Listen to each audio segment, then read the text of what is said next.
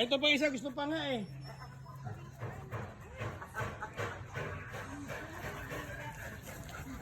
Ala.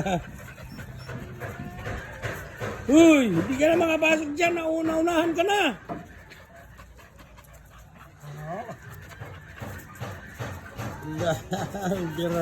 Bibira pa siya kahit may nakadikit na eh. Nakapasok na isa eh. Ano niya ako lang